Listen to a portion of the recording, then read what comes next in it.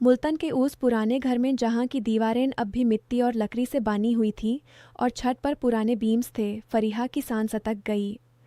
रात के अंधेरे में ड्राइंग रूम के पुराने फ़ान की स्लो आवाज़ के साथ कमरान के चचेरे भाई ने मोबाइल उठाया और ऑडियो प्ले कर दिया। बूढ़े आदमी की कमज़ोर लराजती हुई आवाज़ पूरी रूम में फैली जैसे कोई बिजली गिरी हो। कमरन बेटा, सुन ले, ये फरीहा बैड औरत है। उसने मुझे घर से निकालने की कोशिश की, मेरी इज्जत लूट ली, दवाएं भी सही नहीं दी, घर बर्बाद कर दिया। फरीहा 33 साल की थी। उसका चेहरा सेफ्ट पड़ गया और हाथों की उंगलियां अपने कपड़े में जकड़ गई। उसने अपने पति कमरान की तरफ देखा, जो 37 साल का था और सिर्फ सर झुकाए बैठा था, जैसे उसे कुछ समझ नहीं आ रहा। ससुर जी जो बिस्तर पर पड़े हुए थे, उनकी यही आवाज़ थी जो अब घर के हर कोने में गूंज रही थी। सास ने आंखें चढ़ाई और बोली, देखा ना, अब्बा खुद कहते हैं ये बहू ही सब खराब कर रही है। कमरान के चौथे भाई ने मुस्कुराते हुए कहा, अब प्रूफ है ना, अब क्या कहोगे। सब लोग फरीहा को घूरे जा रहे थे जैसे वो कोई जुर्म किए बैठी हो। घर का माहौल इतना ख़राब था कि फरीहा को लगा जैसे उसके पैरों तले ज़मीन खिसक रही हो। दोस्तों, अगर आप इस कहानी को अभी सुन रहे हैं तो मेरा दिल से गुजारिश है कि प्लीज़ चैनल सब्सक्राइब कर लें। ये स्टोरीज़ बनाने में बहुत मेहनत लगती है। हर एक लफ्ज़ और इमोशन को सही से पेश करने के लिए घंटों काम होता है। ये मेरा ज़िंदगी का गुजारा है। हर सब्सक्राइबर के लिए मैं दुआ करता हूँ कि आपकी ज़िंदगी हमेशा खुश और खुशहाल रहे। अल्लाह आप सबको सुकून दे। अब कहानी आगे बढ़ती है मुल्तान के उस पुराने मोहल्ले की तरफ। फरीहा को याद आया जब वो पहली बार इस घर में आई थी। शादी को 7 साल हो गए थे। कमरन से उसकी मुलाकात एक रिश्तेदार के घर में हुई थी। कमरन मुल्तान में ट्रक्स के स्पेयर पार्ट्स का छोटा सा बिजनेस चला रहा था। उसके गोडाउन में दिन भर मेहनत करता था और शाम को थाका हरा घर आता था। फरीहा लाहौर से थी, लेकिन शादी के बाद यहाँ एडजस्ट हो गई। पुराना घर, तंग कमरे, मुल्तान की तेज़ गर्मी, सुबह की अजान की आवाज़ और गलियों में साइकिल की घंटियाँ, सब कुछ नया था, लेकिन कमरन के प्यार ने सब ठीक कर दिया था। शुरू शुरू में सास और ससुर ने उसका बहुत ख्याल रखा। सास कहती थी, बहू तू घर की रोशनी है, सब ठीक हो जाएगा। ससुर जी तब ठीक थे, उनका चेहरा मुस्कुराता रहता था। वो फरीहा को अपनी बेटी समझते थे और कहते, बेटा तू टेंशन मत ले, ये मेरा घर है सबका। फरीहा ने भी पूरे दिल से घर संभाला। सुबह जल्दी उठकर चाय बनाती, नाश्ता तैयार करती, सास की मदद से रोटियां सेकती और ससुर जी के लिए उनका फेवरेट दूध गर्म करके ले जाती। रात को कमरान के साथ बैठकर बातें करती, उसके दिन की कहानी सुनती और मुस्कुराती रहती। लेकिन जब ससुर जी को पहला हार्ट अटैक हुआ तो सब बदल गया।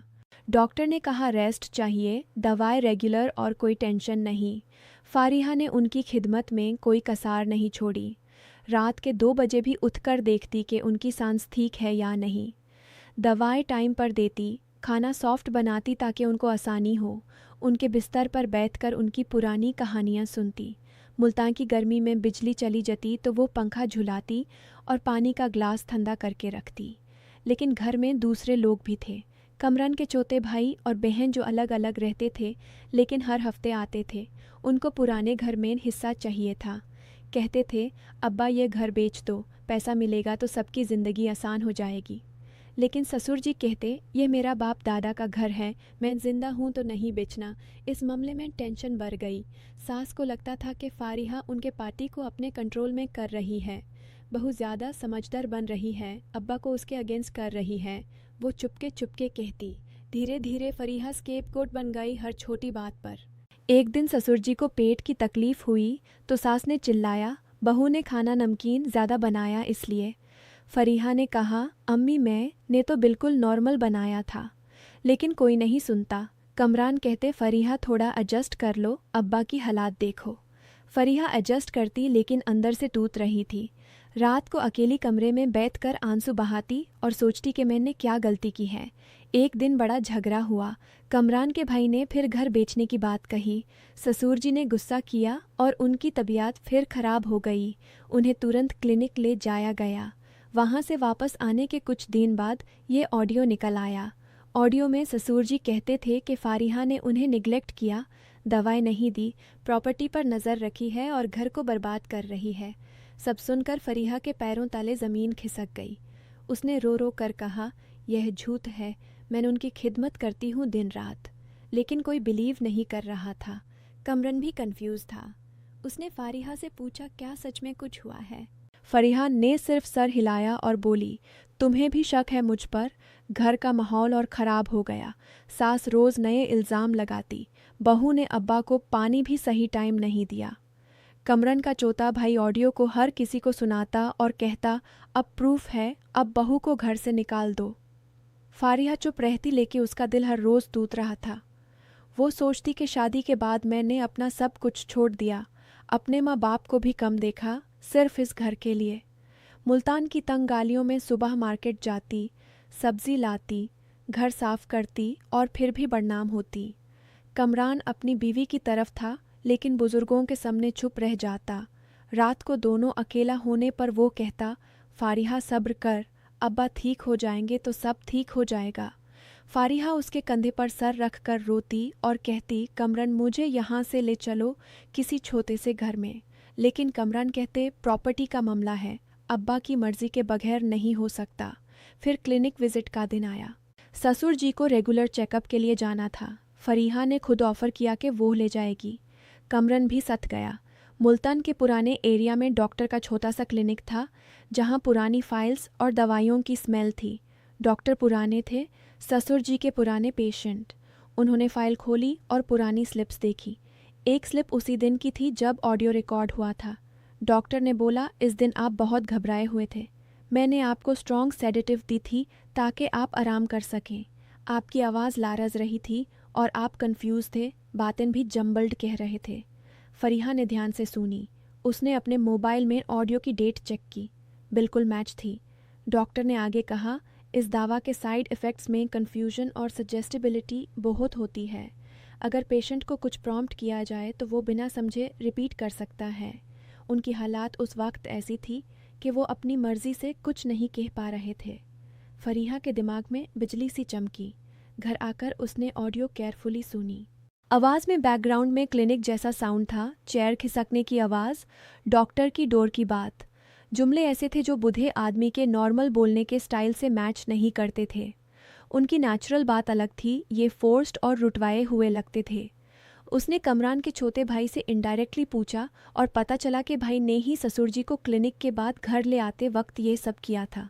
उन्हें दावा के नशा में, घबराहट में प्रॉम्प्ट किया कि फारिहा के खिलाफ बोलें, ताकि घर में फारिहा की बात न चलने पाए और प्रॉपर्टी का फैसला उनके मुताबिक हो जाए। ससुर जी को मजबूर किया गया था। बुजुर्ग आदमी की मजबूरी थी, दवा और हालात ने उन्हें वीक बना दिया था। वो खुद नहीं जानते होंगे कि उनसे क्या कहलवाया गया। फरीहा को पूरा सच पता चल गया। वो चाहती थी कि सबको बता दे, चीखे, अपनी बेजाती का बड़ला ले, सास और भाई को मुंह तोड़ जवाब दे। लेकिन जब उसने ससुर जी को देखा, बिस्तर पर पारे, आंखें बंद किए, सांस मुश्किल से लेते हुए, उनके चेहरे पर वो पुरानी मोहब्बत की झलक जो पहले थी, उसके दिल ने मना कर दिया। ये बुजुर्ग हैं, उनकी इज्जत है, अगर मैंने यह सच खोला तो घर टूट जाएगा। सास और बेटे के बीच लड़ाई होगी, कमरान बीच में फंस जाएगा, अब्बा की हालात और ख़राब हो जाएगी। उसने सोचा। उस रात फरीहा ने खामोशी से सब सह लिया। उसने ससुर जी के लिए खाना अलग बनाया, दवाई दी, उनके सर पर हाथ फेरा और उनकी बात सुनी जो अब कंफ्यूज थे। कमरान ने पूछा, सब ठीक है ना फरीहा? उसने मुस्कुराते हुए कहा, हाँ सब ठीक है। अंदर से वो टूट रही थी, लेकिन बाहर से मजबूत दिखती थी। घर के झगड़ों में अब भी वो स्केपगोट थी। सास रोज़ ऑडियो सुनाती और इल्ज़ाम लगाती, फरीहा चुप रहती। वो रात को अकेली कमरे में बैठकर पुरानी यादें याद करती।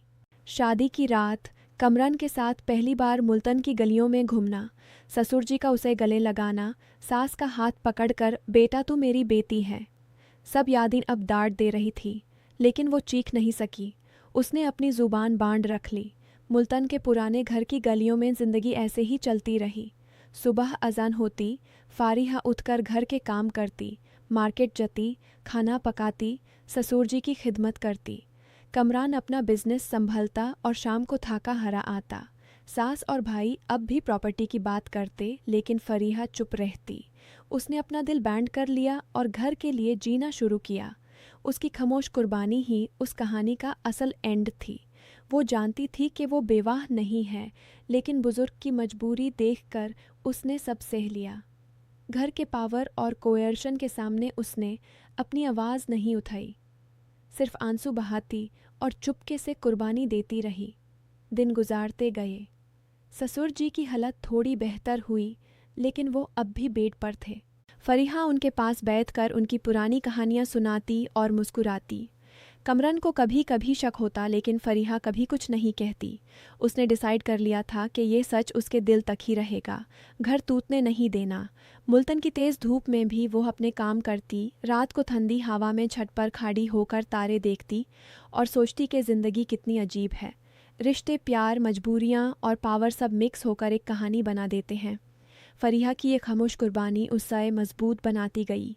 वो अब और ज़्यादा घर संभलती, सास को भी मदद करती जैसे कुछ हुआ ही ना हो। कमरन उसे देखता और सोचता कि उसकी बीवी कितनी स्ट्रांग है, लेकिन फरीहा के दिल में एक दर्द हमेशा रहता। ऑडियो अब भी कभी कभी प्ले होता घर में, लेकिन वो अब उसे इग्नोर करती। उसने चीख नहीं मरी, आवाज़ नहीं उठाई, सिर्फ बुजुर्ग की मजबूरी देख कर सब सह लेती रही। ऐसे ही मुल्तान के पुराने घर में उसकी ज़िंदगी गुजारती रही। गालियोन में बच्चों की आवाज़ें, अजान की आवाज़ और फारिहा की खामोशी। उसने अपनी कुर्बानी को चुपके से जी लिया और कहानी यहीं ख़त्म होती है, उसी खामोश कुर्बानी पर।